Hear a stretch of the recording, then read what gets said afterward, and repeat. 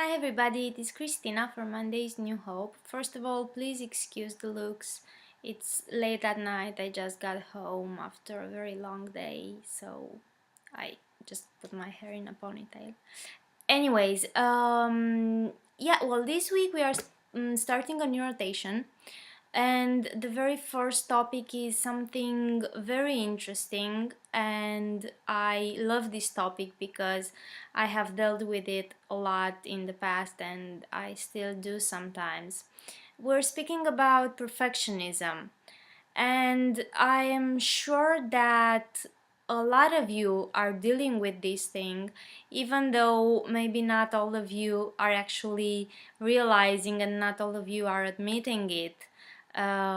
But this would be another video because I'm not gonna get into it because it's too long. Because actually I never consider myself to be a perfectionism, and I discovered that I am, and I couldn't believe it, how many of the elements of a perfectionist person I have, and I never thought I am a perfectionism, but I guess I just didn't want to admit it. Anyway, I'm not gonna get into how to discover if you're a perfectionist or not. I'm gonna speak to those of you that do know that you are a perfectionism. Now, while I was in the inpatient treatment, um, we had a lot of focus on the perfectionism because they actually told us that it is one of the main factors that keeps us in the illness, one of the main factors that maintain the eating disorder. So it is very, very important to work on this if you have it. Now, let me tell you why perfectionism will not work and will not help you to recover. First of all, well, because perfect things does not exist. Life is not perfect in itself. Life is meant to be imperfect. Even the most successful people on this earth are not perfect. They actually did a lot of mistakes, and that's a good thing. So, perfectionism does not exist. Don't try to look for it anymore in nothing. Nothing at all. The second thing why perfectionism holds us back from our complete recovery is the fact that it goes hand in hand with the black and white thinking. And we did some videos in the past on this, but I guess we all know what black or white thinking is.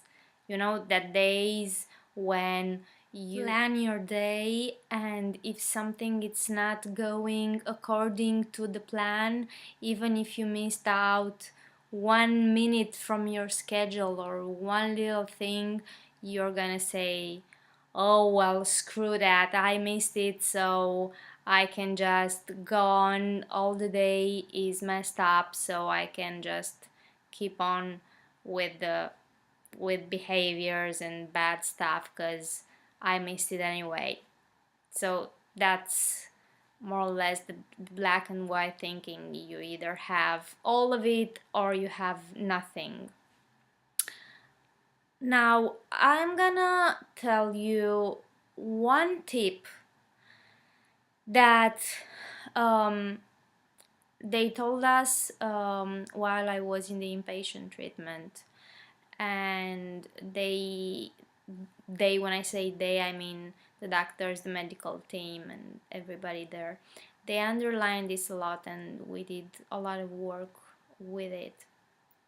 Now, the tip that I'm gonna give you that will help you get out of your perfectionism and will actually help you to move forward into full recovery is a two-step process. The first thing that you'll need to do is you need to get out of your mental perfectionism setup. So, what I mean is you will have to break down your mind pattern. Now let me give you a very small example so you can all see what I mean. When I'm saying your setup, your mind pattern, are those things in which you plan your day ahead, or you plan something, you establish some objective for yourself, and they have to be in those frame lines that you decided, and they are actually very rigid and very fixed frames, like I don't know if it sounds familiar to you, but it definitely sounds for me. Plans like tomorrow morning I'm gonna wake up at 7 a.m. I'm gonna brush my teeth from 7 a.m. to 7:10. Then from 7:10 to 7:20 I'm gonna have my breakfast. After that, from 7:20 to 7:30 I'm gonna get dressed up, and so on and so forth. Or things like I am going to start watching a movie tonight at 9:30. So the movie will last 2 hours, so that means that the movie will end at 11:30, and from 11:30 to 11:45 I'm gonna take a shower, brush my teeth, and at 11:50 I'm gonna be in bed, so at midnight I'm already gonna be sleeping. Okay, you need to stop doing these things. This is not good for you. It's actually extremely detrimental, because you know that you are not gonna be able to stick to this rigid plan that you have. So the very first thing that you need to do is to break down this. Do not, first of all, do not make this type of plans. Second of it, if you do make this, because your mind will get ahead of you and will start to organize this without yourself being conscious of it sometimes, you have to break down. You have to get out of this scheme. So, for example, if you find yourself in a situation in which you already started to plan all this, and you started already to follow your plan, switch it over. um, I don't know, take more time to do something than you planned, or switch the orders that you're doing them, or whatever it takes for you in order to get out of this mindset of the plans that you're actually making for you. um, One thing that could help, that actually helps me a lot in this situation, is being completely present. Being completely present in the moment that I'm living here and now, and not letting my mind to go further and to start planning about things that I'm going to do in the future, 5 minutes from now, one day, one week from now. When you find yourself doing this, just observe your thoughts. You can just tell to yourself, oh, look, my mind is doing that thing again. And then come back to the present and try to concentrate and focus on your senses, on what you're doing right now, on what you see, what you hear, what you feel, or on whatever it is that you're doing. Just focus on the present moment, not letting your mind to go and plan all these things. Okay, so um, let's synthesize it. I said that the tip that I'm giving you has a two-step process. So we spoke about the first step, that is breaking down your mind pattern, your mind setup, perfectionism plans. And the second one is the tricky one, actually. So it's tolerating the anxiety that this will bring you. Because, oh yes, if you really are a perfectionism, and I know that a lot of you really are, you are going to be very anxious when you're not going to respect the plans that you're doing for yourself.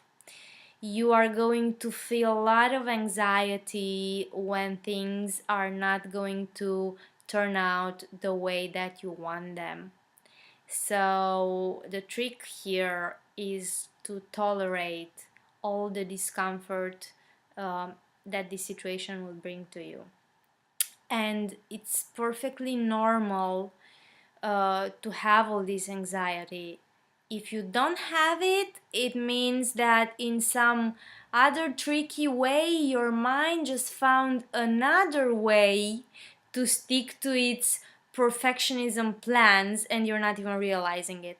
So you actually have to feel some type of discomfort when you're doing this in order to know that you're doing it right, because your mind is so used to doing all these perfectionism plans that actually when you're stepping outside of it you will feel some type of discomfort, and you need to tolerate that anxiety. um yeah. One small things that might help you to tolerate the anxiety.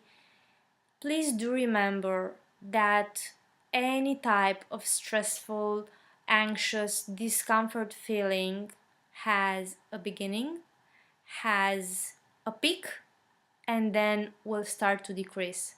So even though you're not doing anything at all for dealing and coping with the anxiety by itself, the anxiety feeling, once it reached the peak, it will start to decrease by itself.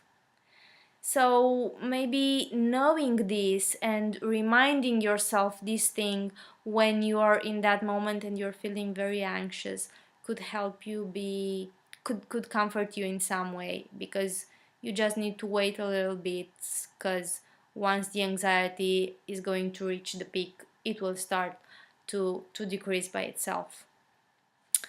You'll need to keep doing this thing over and over again, and with time, it will start working.